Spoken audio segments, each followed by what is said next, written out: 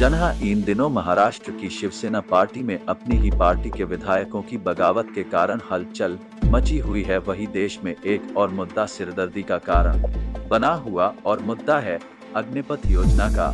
आज इसी अग्निपथ योजना के मुद्दे को लेकर मीरा भाईंदर में कांग्रेस पार्टी के आमदार मुजफ्फर हुसैन अपने सैकड़ों कार्यकर्ताओं और पदाधिकारियों के साथ मिल कर केंद्र सरकार के खिलाफ बड़ा मोर्चा निकाला। ये मोर्चा भाईंदर पूर्व से शुरू होकर भाईंदर वेस्ट तहसीलदार के कार्यालय तक निकाला गया। इस मौके पर मुजफ्फर हुसैन ने पत्रकारों से बात करते हुए सरकार पर कई इल्जाम लगाते हुए जमकर अपनी भड़ास निकाली। सर, आज अग्निपथ का विरोध हो रहा है, किस तरह का विरोध है ये?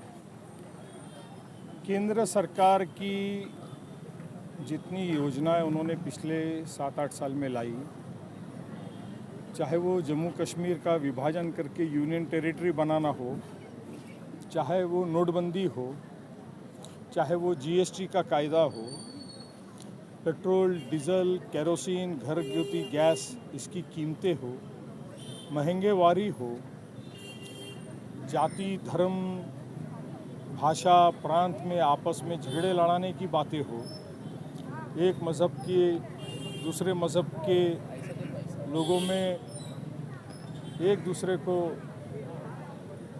टिका टिप्पणी करके बुराई और कीचड़ उछालने का काम हो, ये सब केंद्र सरकार के माध्यम से एक राजनीति दाव बोल करके किया जा रहा है। यहाँ तक के भी ठीक है, देश में लोकतंत्र है, केंद्र में उनकी सरकार है, वो चाहे वजह से उसे चलाना है, देश को चलाएंगे। मगर सब में बड़ी गलती जो इस केंद्र सरकार ने करी है वह है हमारी आर्म्ड फोर्सेस के अंदर की वैकेंसीज को पिछले 2-3 सालों से बंद कर दिया है। 1 लाख से ज़्यादा वैकेंसीज आर्म्ड फोर्सेस में बाकी पड़ी है। एक तरफ से चाइना हमारे मुल्क के अंदर घुसते जा रहा है, दूसरी तरफ से जम्मू कश्मीर का इन्होंने यूनियन टेरिटरी बनाया इसलिए कि वहाँ पे टेररिस्ट है, उग्रवाद है, मगर उसमें कोई कमी हमको दिखाई नहीं दे रही है। रोज़ वहाँ पे लोग शहीद हो रहे हैं, आर्म्ड फोर्सेस के लोग शहीद हो रहे हैं, देश के सैनिक शहीद हो रहे हैं। नोटबंदी से टेररिज्म ख़त्म होगा, 2000 की नोट लाई गई। पिछले ही 8-10 दिनों पहले आरबीआई ने ऑफिशियली जारी किया कि 2000 की इस देश के अंदर 50% नोटें डुप्लीकेट हैं।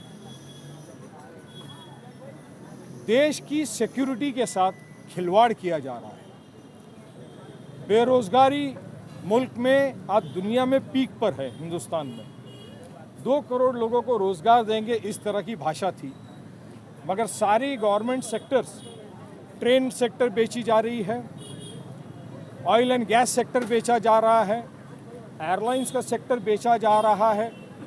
रोज़गार कहाँ से उपलब्ध होगा? दुनिया में सब में हाईएस्ट रोज़गार कोई अगर देता है तो वो स्टेट देती है, मतलब गवर्नमेंट देती है। गवर्नमेंट ने रोज़गार देना बंद कर दिया है। गवर्नमेंट ओबीसी के आरक्षण के ऊपर कोई भाषा करने तैयार नहीं। केंद्र सुप्रीम कोर्ट के अंदर जो पिटीशन चल रहा था उसमें ओबीसी का डेटा देने को तैयार नहीं। गवर्नमेंट ओबीसी का आरक्षण ख़त्म कर देना चाहती है, एससी एसटी का आरक्षण ख़त्म कर देना चाहती है।